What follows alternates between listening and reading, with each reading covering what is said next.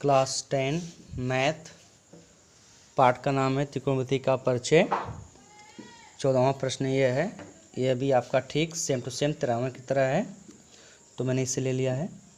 देखिए इसमें कह रहा है प्रश्न संख्या 14, यदि सेक थीटा बराबर कड़ी में 5, यदि सेक थीटा का वैल्यूएशन है कड़ी में 5 तो शेष 5 त्रिकोणमितीय अनुपात ज्ञात कीजिए। इसके पहले वाली वीडियो में मैंने आपको बता दिया है कि शेष 5 त्रिकोणमितीय अनुपात क्या है और मैं नीचे लिखा भी हूँ।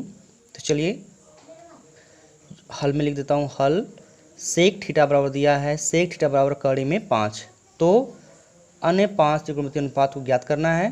तो जैसे हम जानते हैं सेक थीटा का उल्टा होता है, सेक थीटा का उल्टा होता है कॉस थीटा, तो कॉस थीटा क्वेश्चन मार्क हो जाएगा। साइन थीटा और साइन थीटा बराबर क्वेश्चन मार्क, इसका उल्टा होता है कोसेक थीटा क्वेश्चन मार्क।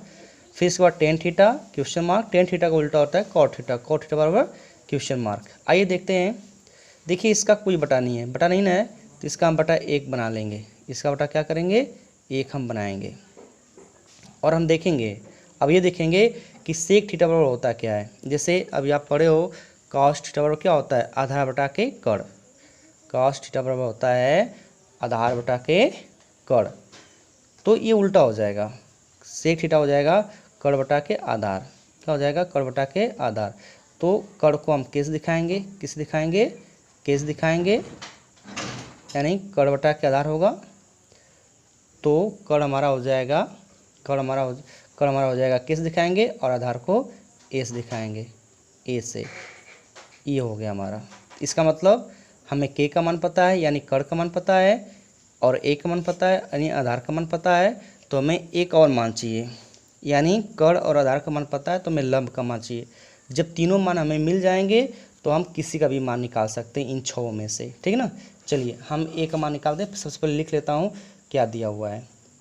तो कड़ कितना है, कड़ बराबर कड़ी में 5। आधार बराबर कितना है, आधार बराबर कितना दिया हुआ है, आधार बराबर आपका 1 हो जाएगा। क्या पूछ रहा है, लंब। तो मैं यहाँ पे लिखूँगा लंब बराबर क्वेश्चन मार्क। लंब बराबर क्या हो जाएगा, क्वेश्चन मार्क। अब मैं क्या करूँगा, अब मैं पाइथागोरस प्रमेय यूज करूँगा। तो यहाँ पर मैं लिख देता हूँ पाइथागोरस प्रमेय द्वारा। थोड़ा सा राइटिंग गड़बड़ हो जाएगी। पाइथागोरस प्रमेय द्वारा, पाइथागोरस प्रमेय द्वारा। पाइथागोरस प्रमेय द्वारा क्या होता है, कड़ का स्क्वायर और लंब का स्क्वायर प्लस आधार का स्क्वायर। लेकिन यहाँ पर हमें क्या चाहिए, लंब चाहिए। क्या चाहिए, लंब चाहिए। तो हम यहाँ से लंब को ज्ञात कर लेंगे। तो फार्मूला क्या होता है, यहाँ पर मैं लिखूँगा लंब का स्क्वायर बराबर क्या हो जाएगा, कड़ का स्क्वायर माइनस आधार का स्क्वायर, माइनस आधार का स्क्वायर। आइए देखते हैं कड़ का वैल्यू कितना है, कड़ का वैल्यू कितना है, कड़ी में 5, तो ये हो जाएगा हमारा कड़ी में 5 का होल स्क्वायर, कड़ी में 5 का होल स्क्वायर माइनस आधार, आधार का वैल्यू क्या है, 1 है। तो यहाँ पर मैं 1 लिखूँगा, इसका स्क्वायर तो इसका भी स्क्वायर हो जाएगा। आइए देखते हैं कड़ी में 5, कड़ी में 5 के स्क्वायर कितना क्या हो जाएगा, 5 होगा। क्योंकि किसी भी कड़ी का वर्क करेंगे तो किसी भी नहीं, जैसे यहाँ पर कड़ी का क्या है, यहाँ पर कोई पावर नहीं है तो कड़ी का पावर 2 हो गया, और किसी भी कड़ी का पावर 2 है जिसका पावर 2 तो कड़ी हट जाएगी। माइनस 1 का स्क्वायर क्या हो जाएगा, 1 हो जाएगा। इसका मतलब ये हुआ कि 5 में से 1 जाएगा 4, कितना बचेगा, 4 बचेगा आपका। तो किसके बराबर, लंब के बराबर है, लंब के बराबर है। तो यहाँ पर मैं लिख देता हूँ लंब, लंब का स्क्वायर बराबर 4। तो फिर मैं यहाँ पर लिखूँगा लंब, क्या लिखूँगा, लंब, लंब का स्क्वायर बराबर, ये लंब का स्क्वायर बराबर 4 को मैं लिखूँगा 2 का स्क्वायर, किसका स्क्वायर, 2 का स्क्वायर। अब देखिए मैंने आपको बताया था पिछली वीडियो में एक नियम होता है, यदि घातांक बराबर हो तो आधार पे क्या होते हैं, आपस में बराबर हो जाते हैं। तो हो जाएगा हमारा लंब, लंब लंब बराबर हो जाएगा 2, लंब बराबर 2, लंब के वैल्यू कितने आ गए, 2 आ गया। अब इसके माध्यम से हम सभी के आराम से वैल्यूएशन को ज्ञात कर लेंगे, ठीक ना। चलिए आइए देखते हैं। सबसे पहले किसका निकालना है, हमें कॉस का निकालना है। किसका निकालना है, कॉस का। तो आइए देखते हैं। मैं शॉर्ट लिखूंगा, एल के ए लिखूंगा, ठीक ना, एल के ए लिखूंगा। चलिए, तो कॉस थीटा बराबर क्या होता है, कॉस थीटा बराबर क्या होता है, कॉस थीटा बराबर होता है आधार बटा कर। तो ए से हमारा आधार हो जाएगा, ए से आधार हो जाएगा, और के से क्या हो जाएगा, के से कर हो जाएगा। चलिए, तो ये हो जाएगा हमारा कॉस थीटा बराबर आधार का वैल्यू कितना है, यानी ए का वैल्यू कितना है, 1 है, और कर का वैल्यू कितना है, कड़ी में 5 है, कड़ी में 5 यहाँ पर है, तो इसे हम लिख देंगे कड़ी में 5। ये हमारा हो गया कॉस थीटा का वैल्यू, एक मान हमें मिल गया। फिर इसके बाद क्या करेंगे हम, अब साइन का निकालेंगे। क्या निकालेंगे, साइन का। तो साइन थीटा बराबर क्या होता है, लंब बटा कर, यानी यल से क्या हो जाएगा, लंब हो जाएगा, और इसके बाद के से क्या हो जाएगा, कर हो जाएगा, के से कर हो जाएगा, ठीक। तो इसके सामने में लिख देता हूँ बराबर, इसके सामने में लिख देता हूँ, समझ जाइएगा। तो एल का वैल्यू कितना है, लंब कितना 2 है, तो यहाँ पर 2 हो जाएगा, यहाँ पर कितना हो जाएगा, 2 हो जाएगा, बटा के से होता है कर का वैल्यू क्या है, कड़ी में 5 है, तो हो जाएगा कड़ी में 5, कड़ी में क्या हो जाएगा, 5 हो जाएगा, कड़ी में 5 हो जाएगा। फिर इसके बाद किसका निकालना है, कोसेक, इसका उल्टा जो होता है, कोसेक थीटा। चलिए देखते हैं कोसेक थीटा जो होता है साइन थीटा का उल्टा होता है, यानी साइन थीटा बराबर क्या है, लंब बटा कर है, तो कोसेक थीटा बराबर हो जाएगा कर बटा के लंब, जैसे कि मैंने आपको बताया है, के से कर होता है, यल से लंब होता है। चलिए आइए मैं सामने रख देता हूँ इसका मान, थोड़ा जाएंगे प्रॉब्लम है। तो के का वैल्यू कितना है, के से कर होता है, कर का वैल्यू कितना है, 5 है, यानी कड़ी में 5, सॉरी, तो मैं लिखूंगा कड़ी में 5 बटा के लंब का वैल्यू कितना निकाला हूँ, 2 निकाला हूँ। तो ये हो गया मेरा कोसेक थीटा का वैल्यूएशंस, है कि नहीं। फिर इसके बाद अब किसका निकालना है हमें, टेन का। किसका निकालना है, टेन थीटा का। आइए देखते हैं।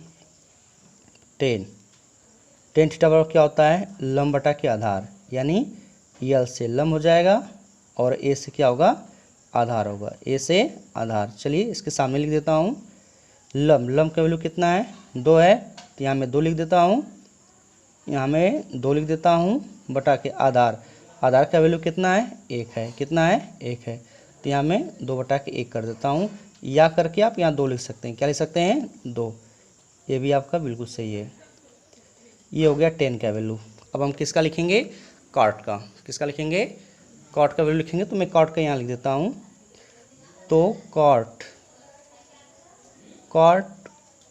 कॉट थीटा बराबर होता है, ठीक टेन थीटा का उल्टा होता है, टेन थीटा का उल्टा होता है। जैसे टेन थीटा दिया है लंब बटा के आधार, टेन थीटा दिया है लंब बटा के आधार, तो कॉट थीटा बराबर हो जाएगा आधार बटा के लंब, यानी ए बटा के एल हो जाएगा, ए बटा क्या हो जाएगा, एल हो जाएगा, ठीक। तो इसके सामने में इसके मान को रख देता हूँ, देख लीजिए। तो बराबर में क्या हो जाएगा, बराबर में ए का वैल्यू कितना है, ए से आधार होता है, तो आधार 1 है, और लंब कितना है, 2 है, तो यहाँ पर मैं 2 लिख दूंगा, यानी 1 बटा के 2।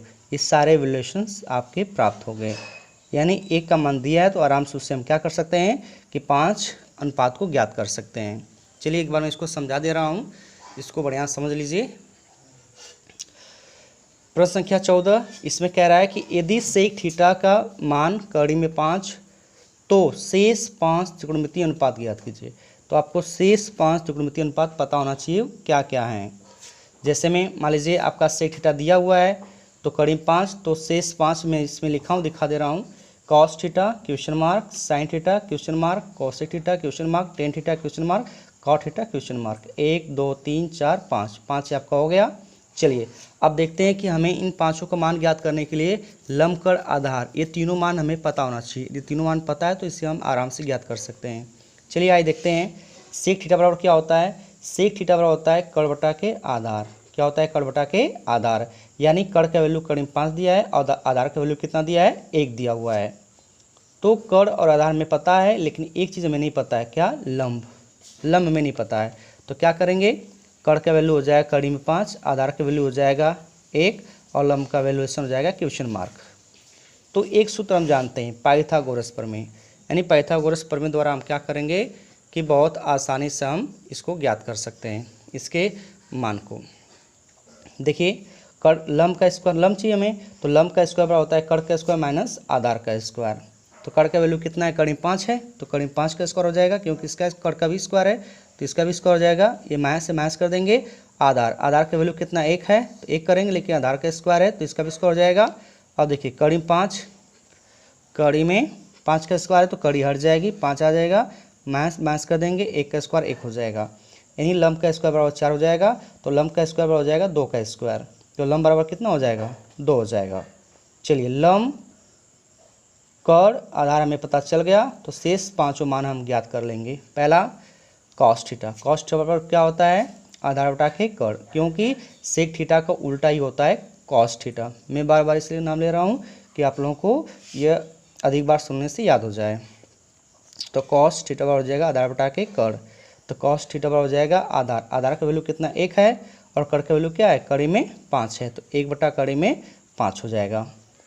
साइन थीटा बराबर होता है लंब बटा कर्ण, तो यल यानी लंब, लंब का वैल्यूएशन कितना है? कर्ण अभी हम 2 निकाले हैं, 2 लिखेंगे, बटा के कर्ण, कर्ण का वैल्यू क्या है? कड़ी में 5, तो कड़ी में 5 कर देंगे।